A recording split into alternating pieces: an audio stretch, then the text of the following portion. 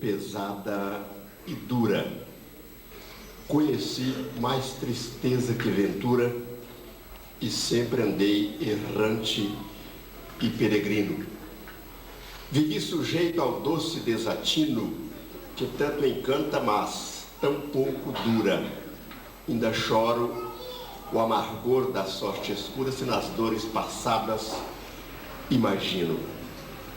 Porém, como me agora vejo isento dos sonhos que sonhava noite e dia e só com saudades me atormento, entendo que não tive outra alegria, nem nunca outro qualquer contentamento, senão de ter cantado o que sofria.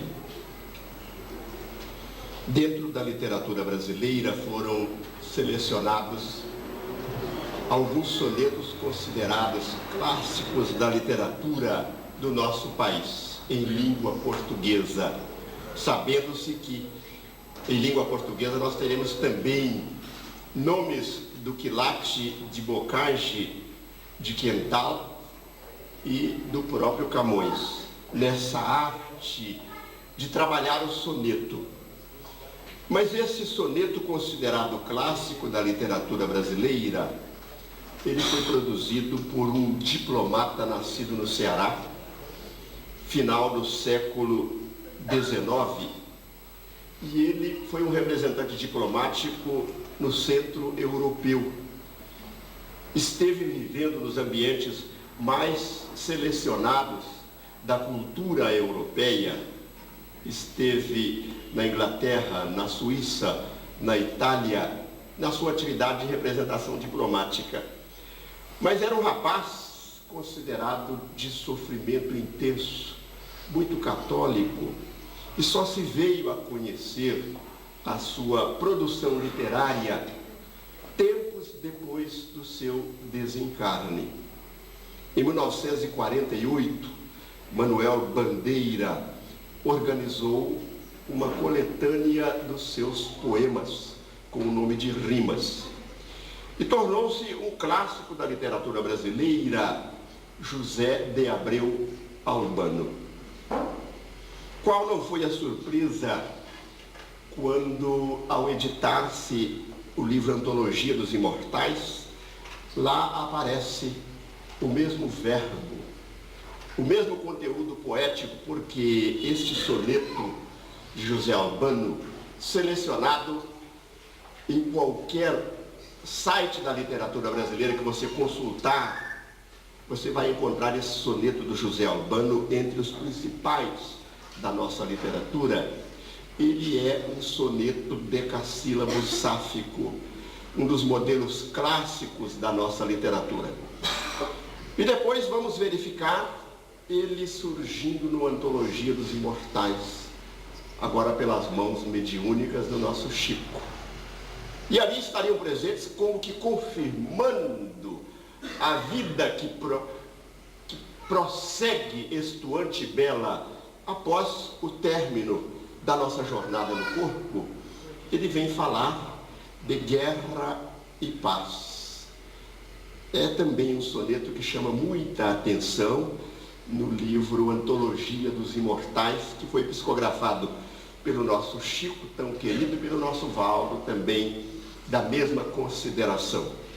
E esse soneto Guerra e Paz tem a mesma dinâmica, a mesma estrutura para nos dizer da arte de produzir este texto estruturado de forma extraordinária, em 2 quartetos e 2 tercetos, 14 verbos, novamente um decassílabo clássico, só que agora psicografado. E ele conversa conosco com uma serenidade profunda, mas falando de uma realidade outra, tratando de guerra e paz, uma realidade diferente daquela guerra e paz a que nós estamos acostumados, com o bramir das armas, com o espolcar dos canhões, com o explodir das granadas. Não é certamente desta guerra e paz que fala José de Abreu Albano. Ele diz assim: soldado após a rígida campanha, guardando as palmas de ilusória lida, marchei de peito afante e fronte erguida, crendo-me herói de olímpica façanha. Mas varando os umbrais da morte estranha, revivi descontente a própria vida, e muito embora os louros da colhida, senti-me verme alçado na montanha. Alma tocada de arrependimento, desperdiçara em vão tempo e cultura, qual chama entregue a temporal violento. E assim, entre a aventura e a desventura, sou rei na guerra de cruel tormento e mendigo de paz na sorte escura. Um estudante de linguística da Universidade do Texas, agora no nosso tempo nos Estados Unidos, Stephen Bird, ele nos traz um estudo da famosa obra de Leon Tolstói, Guerra e Paz. Uma obra que representou as conquistas de Napoleão Bonaparte e a trajetória do famoso conquistador, que foi também um legislador histórico da história da humanidade. Muito bem, esse texto é um paper para a sua atividade, na sua intenção de adquirir o título de doutor em linguística pela Universidade do Texas. Ele faz um exame da obra de Tolstói e vai descobrir uma guerra e uma paz que são permanentes, que são as preocupações sociais, as preocupações econômicas, as preocupações de toda ordem que envolvem as criaturas humanas. E nós percebemos que é uma realidade tratada com muita primazia pela doutrina dos espíritos. Nós sabemos perfeitamente que criaturas há que surgem no mundo para dimensionar a nossa realidade com perspectivas felizes para o nosso amanhã. Porque se não conhecêssemos esta realidade que nos espera, se não soubéssemos que nós estamos aqui realizando um trabalho que terá seguramente resposta, qualquer que seja a sua natureza, haverá respostas para as nossas ações, para as nossas realizações, para as nossas ideias. Certamente que a nossa vida não teria sentido, a nossa existência. Haverá de existir um debate mais profundo para a gente compreender por que é que a dor existe ao lado das esperanças e consolações. Pois é então que nós vamos verificar um esclarecimento precioso do Espírito de verdade, dizendo a respeito desta guerra e desta paz que se travam cotidianamente na vida de cada um de nós e daquelas criaturas que Deus encaminha para fortalecer o nosso ânimo, para nos manterem de pé. São aquelas criaturas que estão ao nosso lado em todas as épocas e que nós temos apenas que ampliar a nossa capacidade de percepção extrasensorial para senti-los juntos de nós.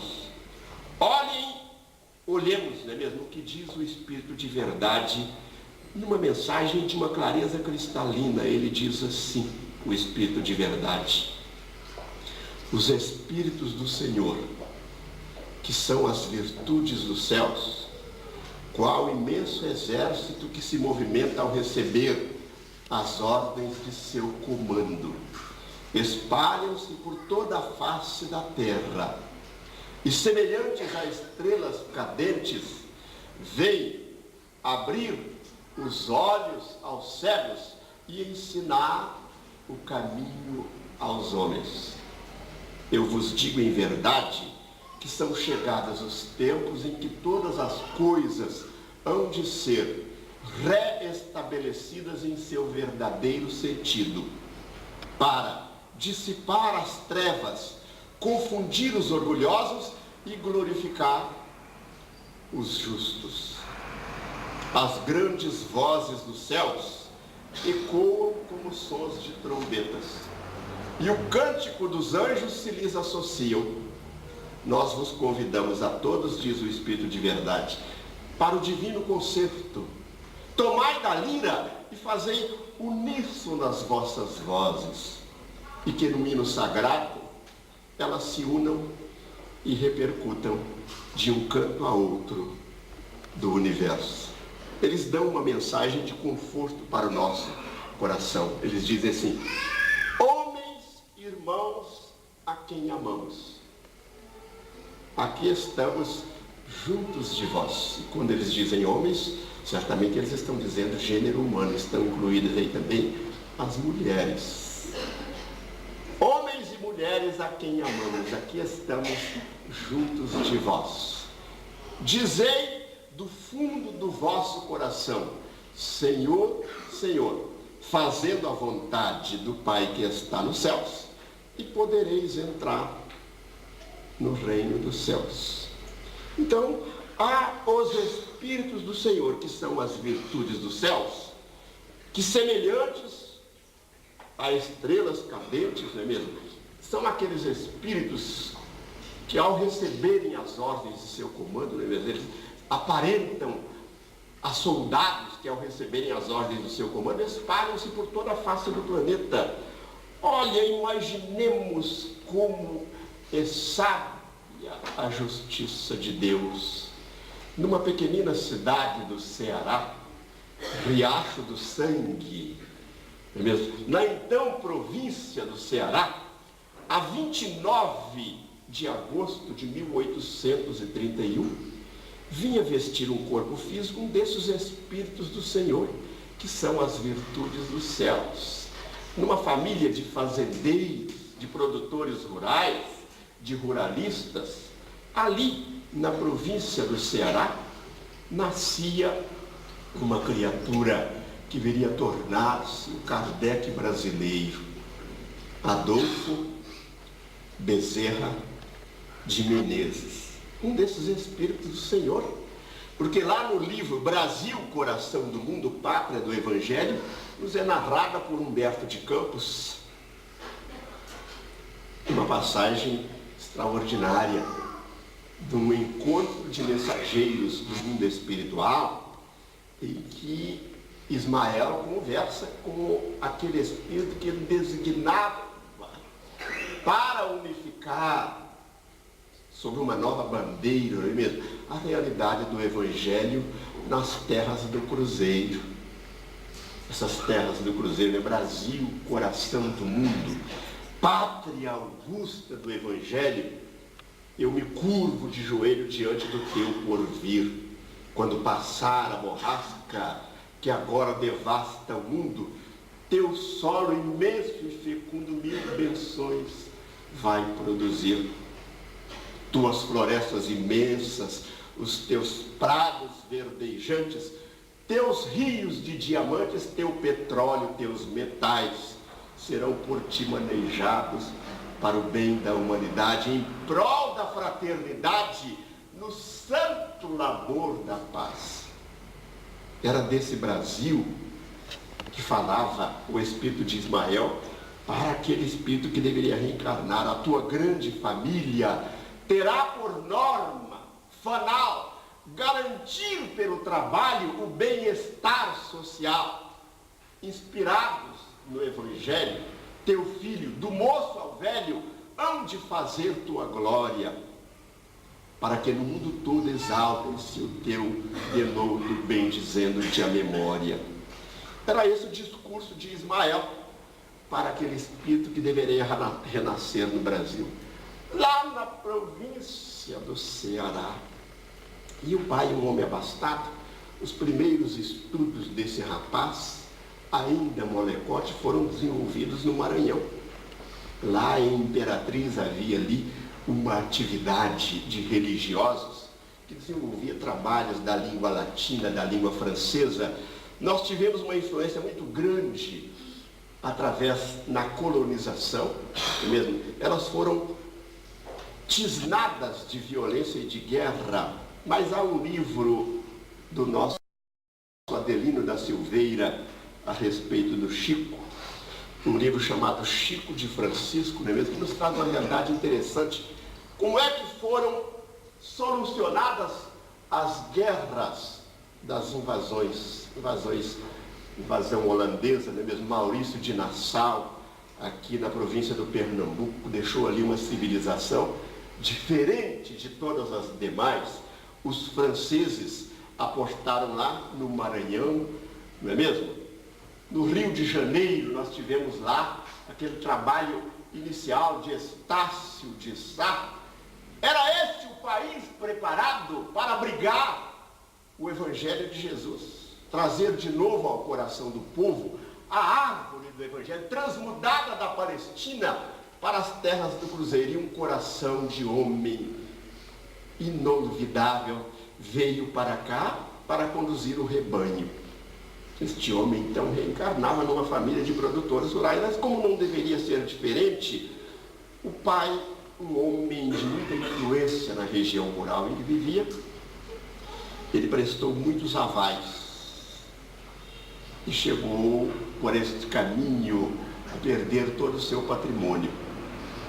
Por essa razão, e em razão de dificuldades da própria convivência na província do Ceará, ele mudou-se com a família para o Rio Grande do Norte, onde o rapaz Adolfo prosseguiu fazendo seus preparatórios.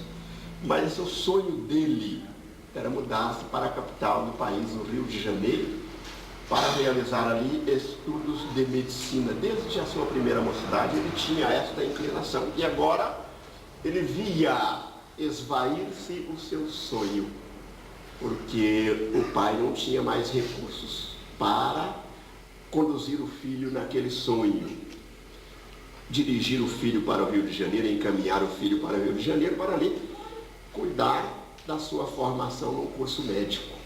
Mas o rapaz insistiu para o pai, eles deveriam apenas fazer ali na região um levantamento de alguns recursos que dessem apenas para o trajeto, para ele se alimentar no trajeto.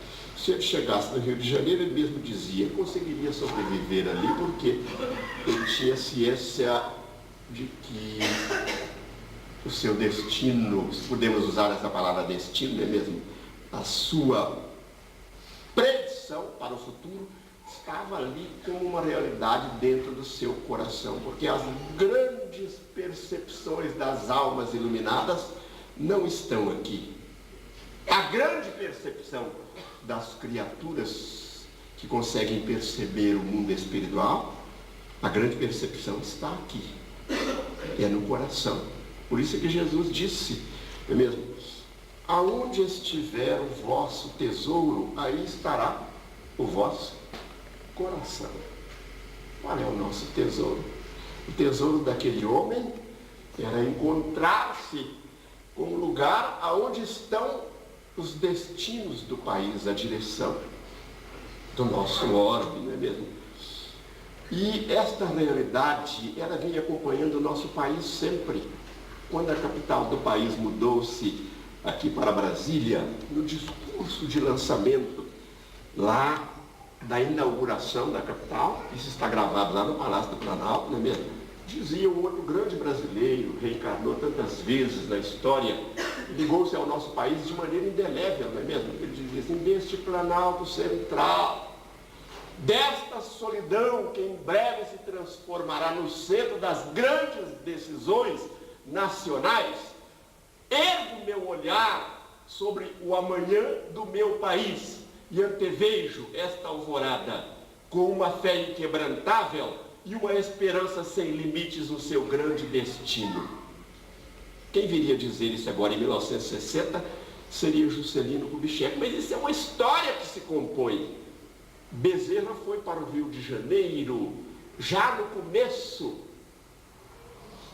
na primeira metade, não é mesmo, do século XIX, uma época em que o Brasil começava a colocar-se de pé para enfrentar uma realidade internacional, não é mesmo? Uma competição econômica, mas principalmente para trazer para cá as criaturas de todas as partes do planeta Um alemão que aqui esteve, Rimbaud, disse isso, que o Brasil estava predestinado a receber filhos de todos os povos, na aurora de tempos novos, de outra civilização. Ele disse isso daqui. Um cientista alemão chamado Rimbaud. Muito bem.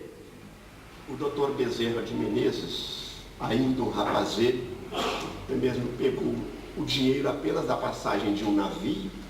Certamente não era uma passagem de primeira classe, não é mesmo? Viajou para o Rio de Janeiro, desembarcou ali com algumas trocas de roupa, algumas modestas trocas de roupa, não é mesmo? Um par de calçados. Chegou ali, se hospedou numa modesta pensão e foi procurar meios de sobrevivência.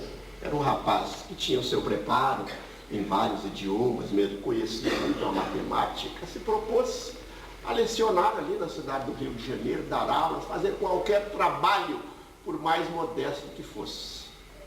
E era um espírito de grande envergadura intelectual, além dos seus sentimentos nobres, porque sabedoria e sentimento são as duas asas que ascendem a criatura aos cimos da perfectibilidade. Mas é preciso que haja um equilíbrio.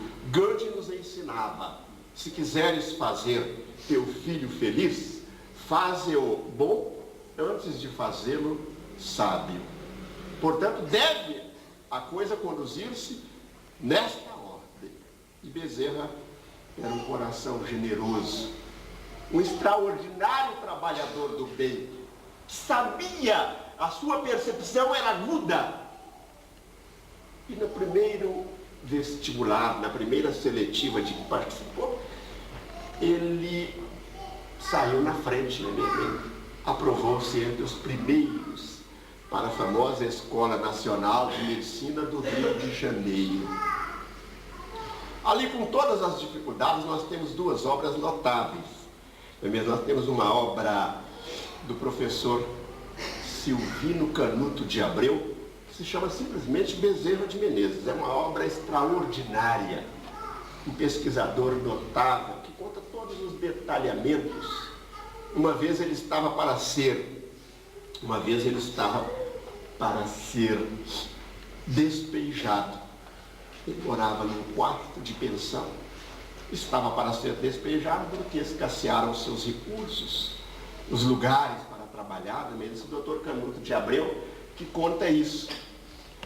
E ele chegou no seu quarto de dormir com aquela dificuldade de saber. No dia seguinte ele não sabia o que se daria, porque certamente haveria possibilidade do despejo que era iminente naquela noite. Não sabia o que fazer quando bateram a porta. Bateram a porta, ele abriu a porta, era um rapaz encantador, não é mesmo, de cabelos caindo nos ombros, não é mesmo, um rapaz de olhar muito vivo. Chegou e perguntou: é aqui que mora Adolfo Bezerra? Ele disse: sim, sou eu estou precisando de algumas aulas de francês. E eu precisava então que o senhor mas desse. Eu disse: perfeitamente, nós podemos assinar lá. Quando é que vamos começar? O rapaz perguntava. Podemos começar amanhã, às 10 da manhã, o senhor estarei aqui direito.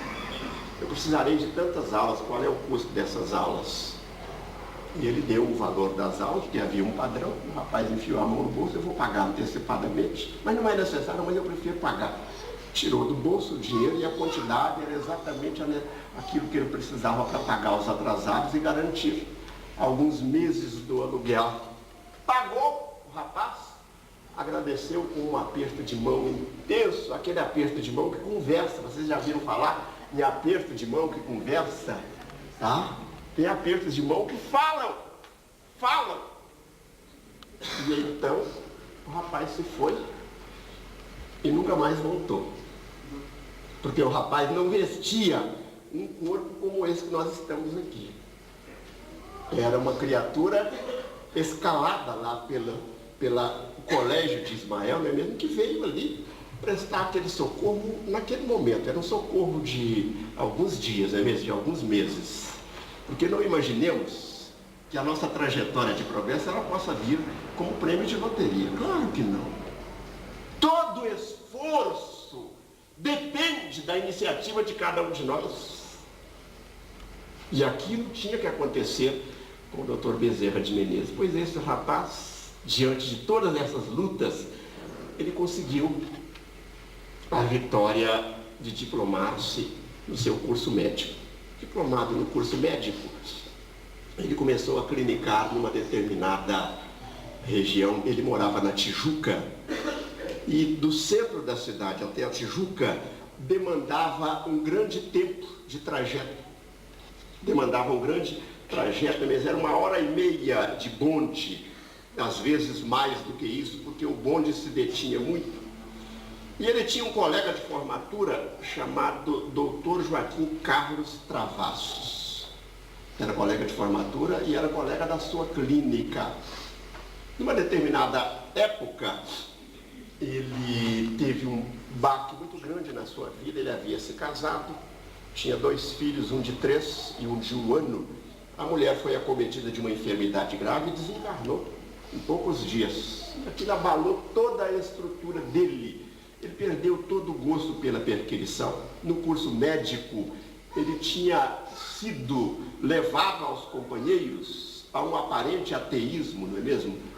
Ele passara a descrer de toda manifestação de ordem espiritual, mas nunca deixara de crer em Deus. Mas ele gostava muito de leitura. Nessa viagem ele fazia leitura. Numa certa oportunidade, alguém deu, depois desse baque dele, deu uma Bíblia para ele. E ele sentia que aquela leitura era uma leitura diferente de tudo que ele tinha feito. Lia com um gosto extraordinário o Dr. Bezerra de Menezes.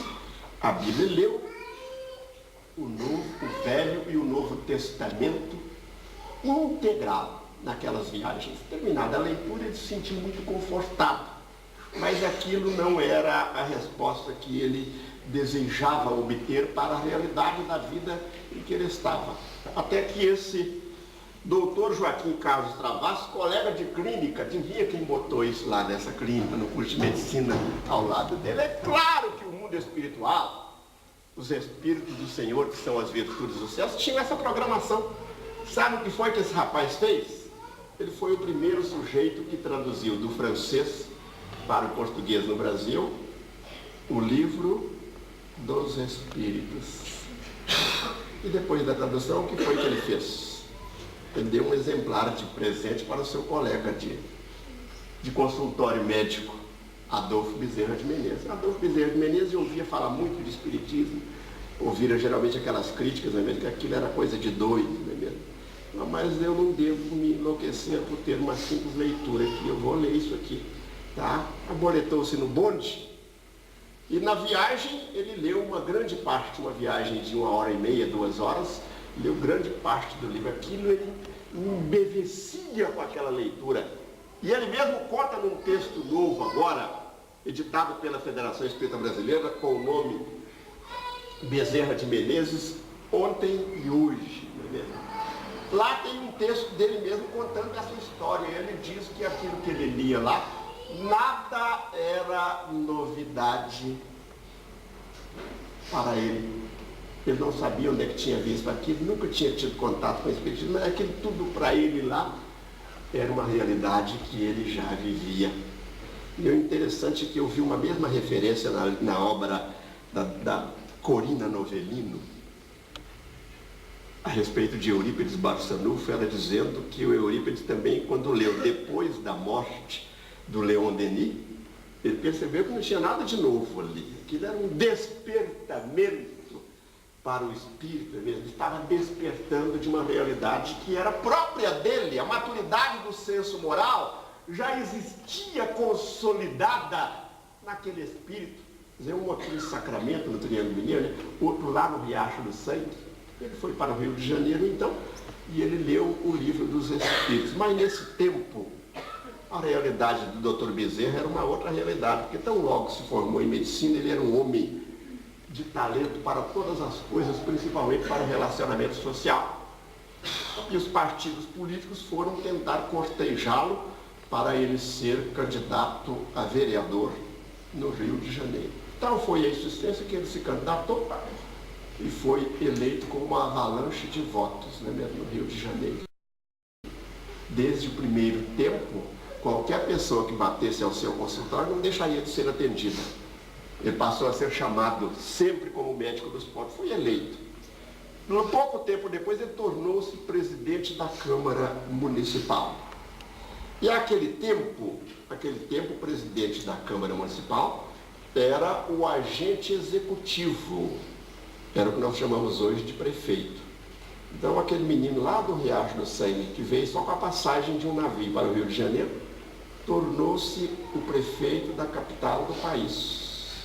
Uma gestão notável, né mesmo? Depois tornou-se deputado, seria equivalente ao deputado federal do nosso tempo, pela província do Ceará e pelo município neutro, não é mesmo, do Rio de Janeiro, que seria o Distrito Federal. Naquela época era chamado de município neutro. Muito bem, esse doutor Bezerra, o interessante é que eu vi um texto nesse mesmo livro que me surpreendeu. É um texto publicado ao tempo do desencarne do doutor Bezerra pelo Jornal do Brasil, me surpreendeu. Falou que ele chegou a ser detentor de uma grande fortuna econômica. Isso está dito nesse livro a que nós fizemos referência, editado agora pela Federação Espírita Brasileira, no centenário do desencarne de Bezerra de Menezes. Ele foi detentor de uma grande fortuna que se dissipou com o próprio exercício da medicina, porque ele não só estendia as suas consultas, a sua assistência aos pobres, como comprava o medicamento. E tem um texto lá, exatamente esse texto a que nós estamos fazendo referência, que toda a imprensa do Rio de Janeiro, eles produziram textos interessantes a respeito. Ele conta a história lá de uma pessoa que procurou o doutor Bezerra no seu consultório, porque era um pai chorando que tinha perdido o filho havia morrido, e ele não tinha dinheiro para fazer o sepultamento. E o doutor Bezerra, esse é um jornal do Rio de Janeiro, Jornal do Brasil. E o doutor Bezerra tirou todo o dinheiro que tinha no bolso, entregou para a pessoa, e a pessoa foi embora. E ele só foi perceber que tinha dado todo o dinheiro de tarde, quando tinha que regressar a casa, ele não tinha dinheiro para o bonde. Teve que pedir dinheiro emprestado ali para os companheiros de consultório para ir embora. Esse é um jornal do Rio de Janeiro contando ao tempo do seu desencarne. Mas há um outro poeta que tem um texto nesse mesmo livro, do Arthur Azevedo. Arthur Azevedo era um poeta do Rio de Janeiro, considerado um dos grandes poetas daquela época no Rio de Janeiro, dominava a vida intelectual do Rio de Janeiro. E o Arthur Azevedo publica um texto que está nesse livro interessante.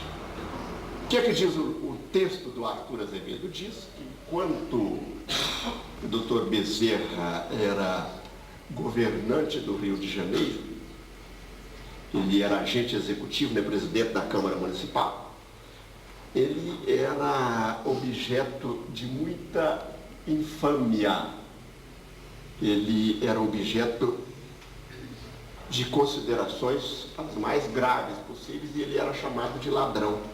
Isso está lá no texto do Arthur Azevedo. Aliás, essa questão não é uma questão, é um filme que a gente já viu há muito tempo e continua vendo nos nossos dias, né?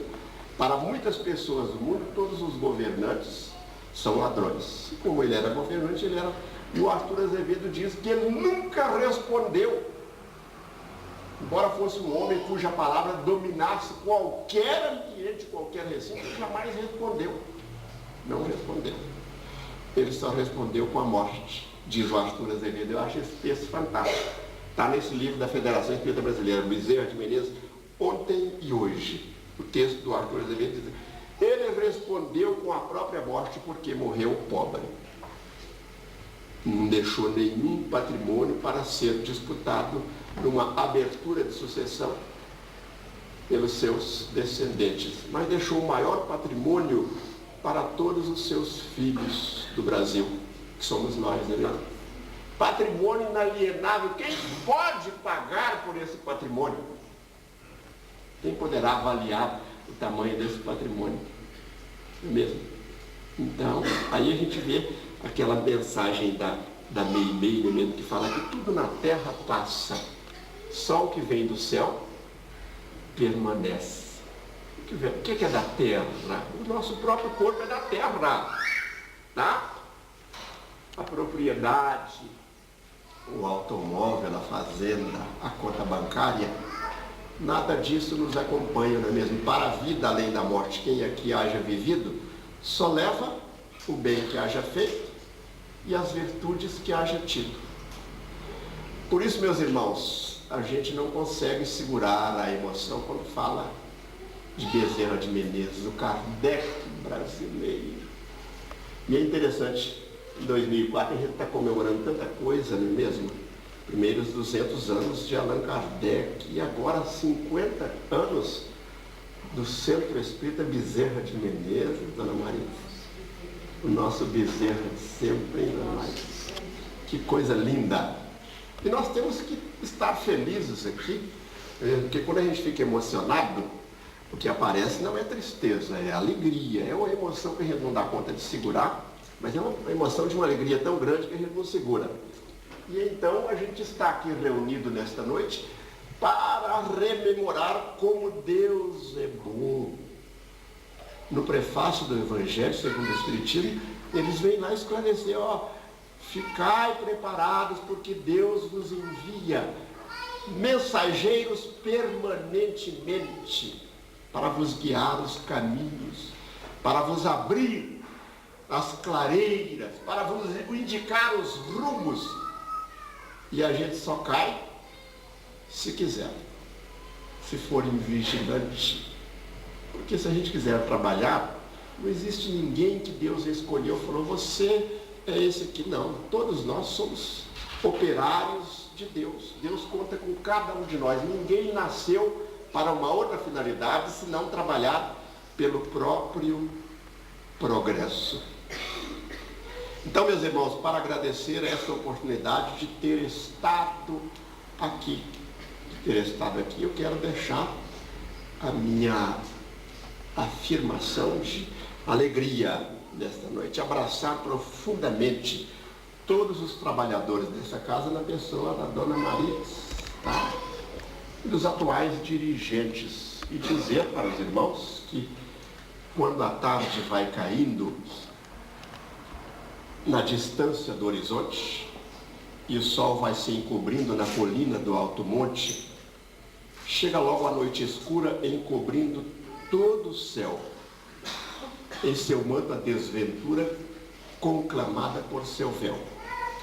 A tristeza é sempre grande nesta hora de agonia, mas não tarda e aparece luminosa alegria.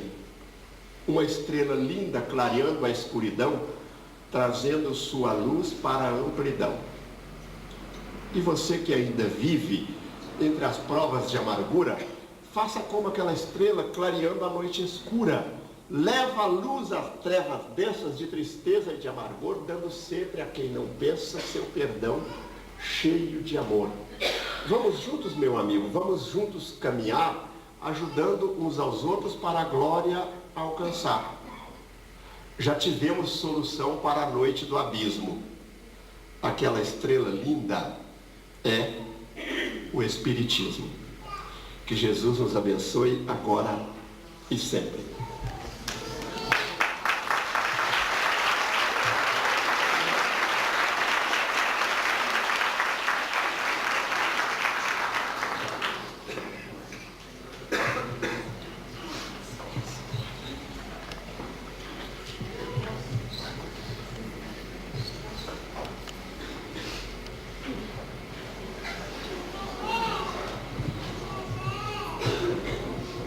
De fato, quem de nós não está emocionado pelo carinho, pela fala tão amorosa que Manuel Tibúrcio nos trouxe sobre a vivência do nosso patrono, Dr. Bezerra de Menezes.